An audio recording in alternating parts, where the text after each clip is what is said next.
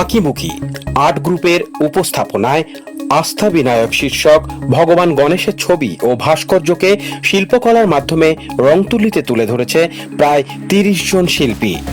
পাশাপাশি ভাস্কর্য স্থান পেয়েছে এই প্রদর্শনীতে। ২রা সেপ্টেম্বর কলকাতার আর্ট হাইভ গ্যালারিতে প্রদর্শনীর আনুষ্ঠানিক উদ্বোধন করেন বিশিষ্ট ভাস্কর্য ও চিত্রশিল্পী তারক ঘরাই এবং স্বনামধন্য তালবাদ্য শিল্পী পণ্ডিত মল্লার ঘোষ।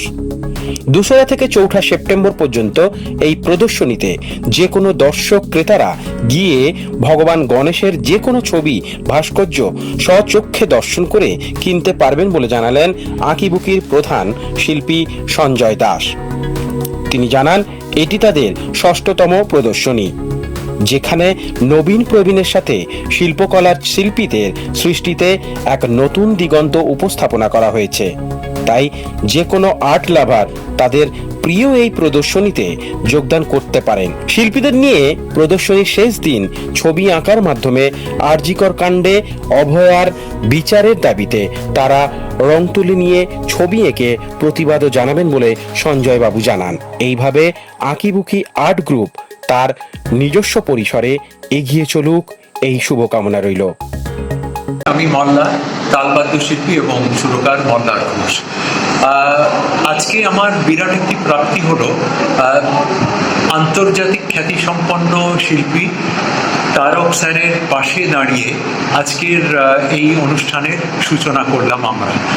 আঁকিবুকি একটি সংস্থা, এমন একটি প্রতিষ্ঠান যে প্রতিষ্ঠান একটি আন্তর্জাতিক স্তরেতে চলে এসছে এখন এই কয়েক বছরের মধ্যে, এবং আমার অত্যন্ত প্রিয় এবং স্নেহের ভাই সঞ্জয় ভাইয়ের অসাধারণ কিউরেশনে আঁকিবুকি বিশ্বের দরবারে জায়গা করে নিয়েছে। আমাদের এই গণেশের এক্সিবিশনটা 2 অক্টোবর, আজকে 2 তারিখ, আজ থেকে 4 তারিখ পর্যন্ত থাকবে।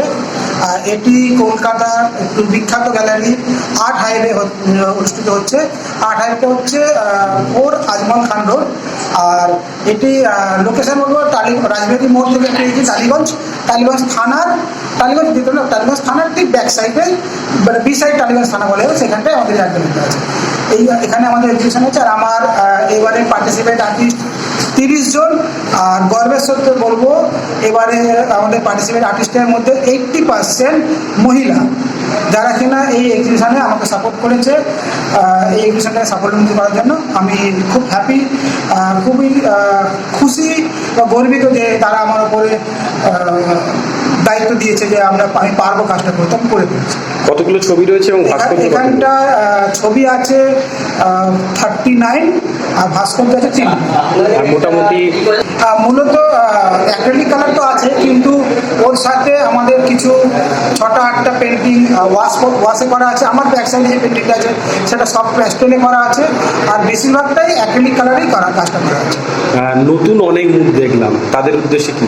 আচ্ছা, নতুন অনেক মুখ বলতে গেলে আমার আঁকিবুকি আর্ট গ্রুপের বিস্তারটা বেড়েছে। তার প্রমাণ এটাই যে অনেক নতুন আর্টিস্ট আমার সঙ্গে জয়েন হয়েছে, যারা কিনা আমাকে সরাসরি চেনে না, কিন্তু আমার আঁকিবুকি আর্ট গ্রুপটাকে খুব ভালোভাবে চেনে। তো আমি মনে করি যে আমাকে চেনার দরকার নেই, আমার গ্রুপটাকে চিনতে আমাকে সবাই চিনতে পারবে। তো তোমার ছবি যারা দেখতে আসবে এই কদিন চলছে, তাদের উদ্দেশ্যে কি বলবো? আমি বলবো যে সবাই আসুন, আমাদের এই গ্যালারিতে ছবি দেখুন। আমাদের এখানে 3টে থেকে 8টা প্রোগ্রামটা আছে। আর এখানে আমরা ছবির দামটাও খুব সামান্যই রেখেছি, যাতে যারা বায়ার্স আছে তারা যদি ছবি কিনতে চায় তো কিনতে পারবে, আমরা সেটা ব্যবস্থা করেছি। আপনার নাম আর ডেজিগনেশন? আমার নাম সঞ্জয় দাস, আমি একজন আর্টিস্ট। আর আমি গ্লাস পেন্টিং মূলত করি, সঙ্গে অ্যাক্রিলিক কালার তো করতেই হয়। আর আমি তো জুনিয়রদের একটা কথাই বলতে চাইছি যে জিনিসটাকে প্রফেশন করে নাও, প্রফেশনাল, যেটা সে চিত্র জগতে হোক বা ভাস্কর্যে যাতেই হোক, তোমরা যদি কাজটাকে সিরিয়াসলি করো, অনেকের ধারণা এটা একটা শখ করে করলাম। আমি আজকে অনেকক্ষণ ধরে প্রায় 8 ঘন্টা ধরে আমি সব ছেলে মেয়েদেরকে বোঝালাম যে এটা শুধু শখের জিনিস নয়, এটাকে তোমরা যদি সেই প্রফেশন হিসেবে নাও তাহলে এর একটা আলাদা রূপ হবে, কারণ সিরিয়াসলি তখন তোমরা কাজটা করতে পারবে।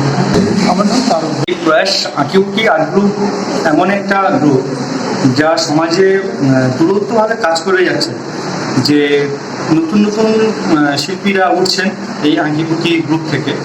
এবং আমি নিজেও আঁকিবুকি গ্রুপের কাছে খুবই ঋণী, খুবই কৃতজ্ঞ। আজকে আমাকে 10 জন যদি কাজ আঁকিয়ে বাড়িয়ে দেয় আমাকে, তো আঁকিবুকি গ্রুপের সঞ্জয় দা একজন অন্যতম। এবং আমার নাম হচ্ছে রাজাবাবু। ব্যুরো রিপোর্ট, প্রিয় চিত্র সাথী নিউজ, কলকাতা।